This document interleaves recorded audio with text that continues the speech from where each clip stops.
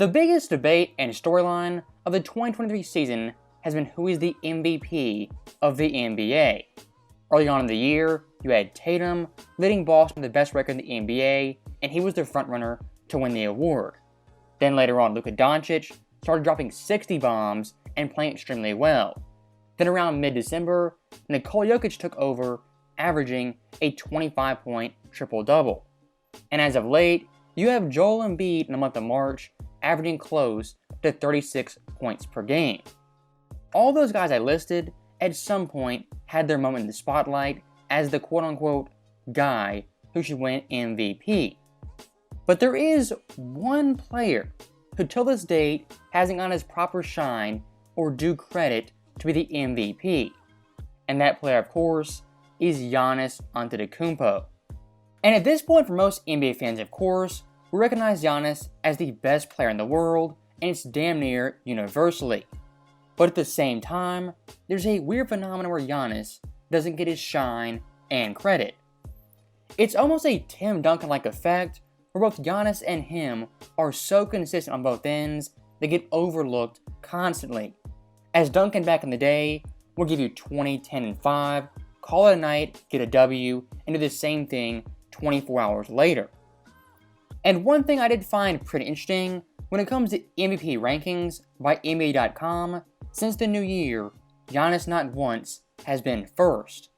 As of January, he was 5th 3 times and 4th twice. Looking at February, he was 2nd the entire month.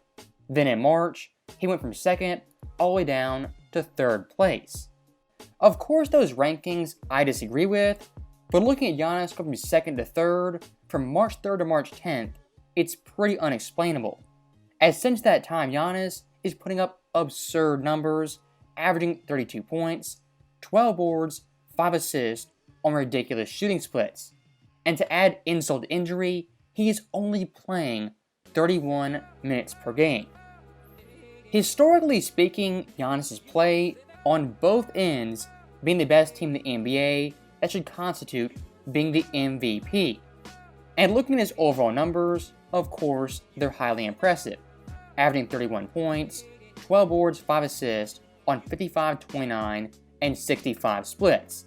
And like I said before, the Bucks have the best record in the NBA, are 2nd in defensive rating, and 9th in points per game scoring.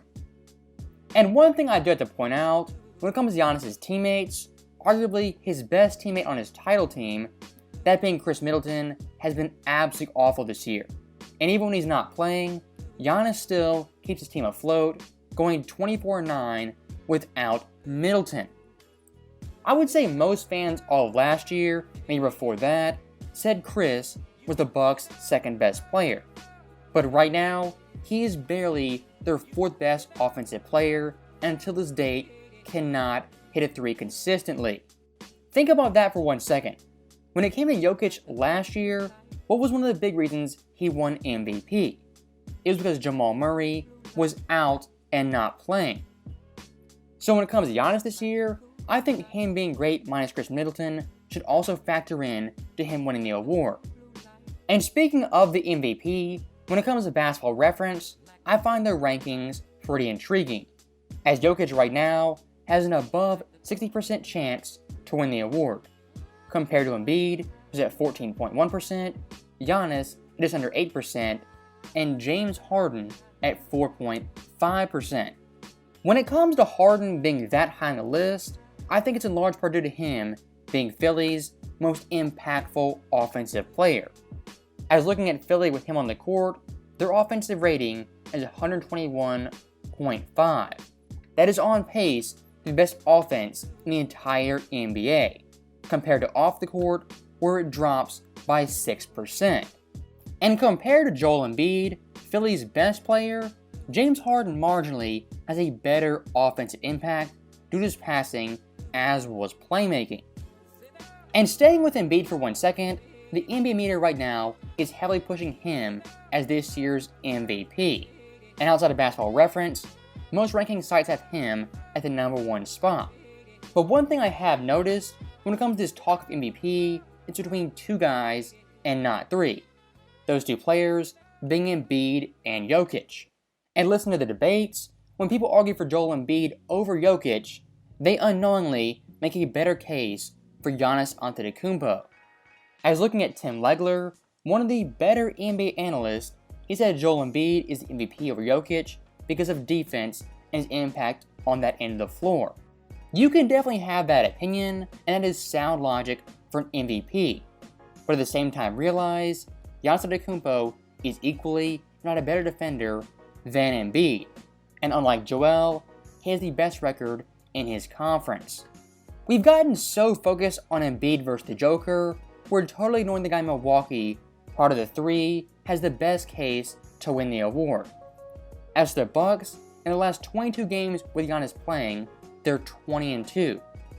In those games, Giannis is averaging 32 points, 12 boards, 6 assists on 59, 36, and 64 splits. And I do want to add some context. In 2 of those games, he played under 10 minutes. So taking those games out, Giannis' scoring is actually at 34.5 points per game. And one thing you might have noticed, Giannis over the last 22 games is shooting 36% from behind the arc.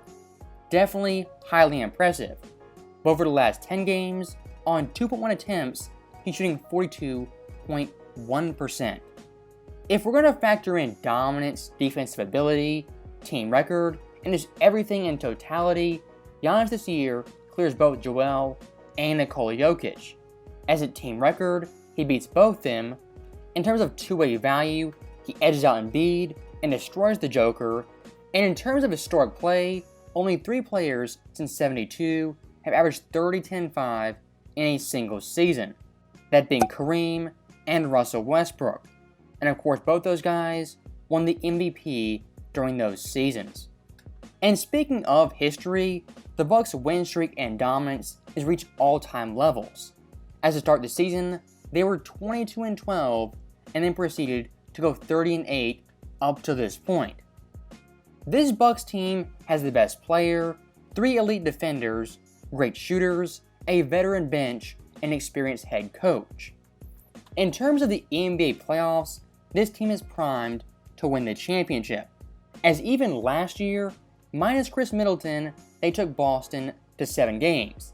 And if they had Chris, most likely they win that series and possibly the championship.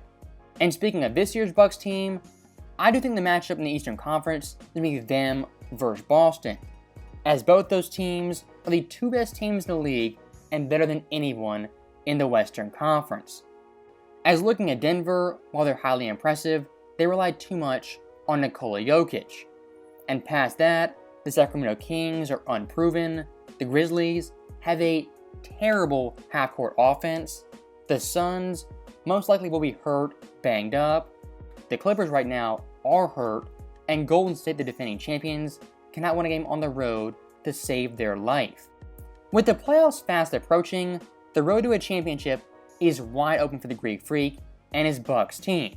And when it's all said and done, I think Giannis once again will reclaim his throne as a 2-time NBA champion. And when it comes to winning MVP, at least historically, this race is eerily similar to 1990. As that year, Michael Jordan, much like Giannis, was the best player in the NBA. But despite that, he finished 3rd. Looking at the 2nd place finisher, you had Charles Barkley, a big man from Philly. And atop that list, you had a great passer, Matt Johnson, who was in the West, just like Jokic. I do think Giannis will get shafted, underrated, and undervalued by the voters. But as you guys know, championships matter infinitely more than MVPs. So, as always, thank you guys for watching. Hope you enjoyed it. I'll see you next time.